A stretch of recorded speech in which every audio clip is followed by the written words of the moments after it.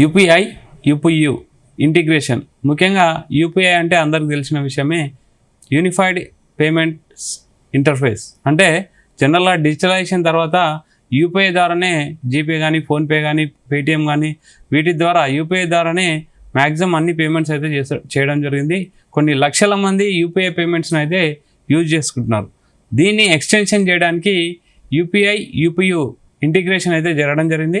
కేంద్ర మంత్రి జ్యోతిరాదిత్య సింధే మన దుబాయ్లో దీన్ని లాంచ్ చేయడం జరిగింది. ముఖ్యంగా యూపీఐ యూపీయూ ఇంటిగ్రేషన్ యొక్క మెయిన్ థీమ్ ఏంటంటే, మనం ప్రజెంట్ యూపీఐ ద్వారా ఓన్లీ దేశంలో ఉన్న వివిధ ప్రాంతాలకు అంటే పేమెంట్ అయితే యూపీఐ ద్వారా చేయడం జరుగుతుంది. యూపీయూ ఇంటిగ్రేషన్ ద్వారా అయితే ప్రపంచ దేశాల్లో వివిధ దేశాల్లోకి అయితే మనం అంటే జీపే కానీ, ఫోన్పే కానీ ఇంటిగ్రేషన్ అయిపోయిన తర్వాత మనము అమౌంట్ విదేశాలకు కూడా పంపించడం జరుగుతుంది.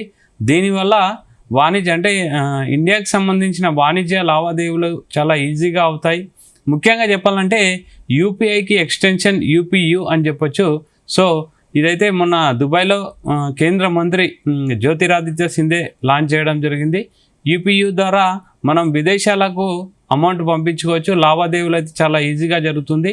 అంటే ఆర్థిక అంటే ఇండియా యొక్క ఎకనామీ స్టేటస్ మరింత పెరిగే అవకాశం ఉందని అయితే ఎక్స్పర్ట్ చెప్తున్నారు. యూపీయూ ద్వారా అయితే త్వరలో దాని మార్గనిర్దేశకాలు అయితే రిలీజ్ చేయడం జరుగుతుంది. యూపీయూ అనేది ఒక పెద్ద స్టెప్, అంటే ఎకనామిక్ సంబంధించి ఇది ఒక పెద్ద స్టెప్. ఆల్రెడీ యూపీఐ అనేది మన ప్రపంచంలోనే ఇండియా మొదటగా యూపీఐ స్టార్ట్ చేయడం జరిగింది. ఇది ప్రపంచ దేశాలకు సంబంధించి అన్ని దేశాల్లో కూడా ప్రజెంట్ వాడడం జరుగుతుంది.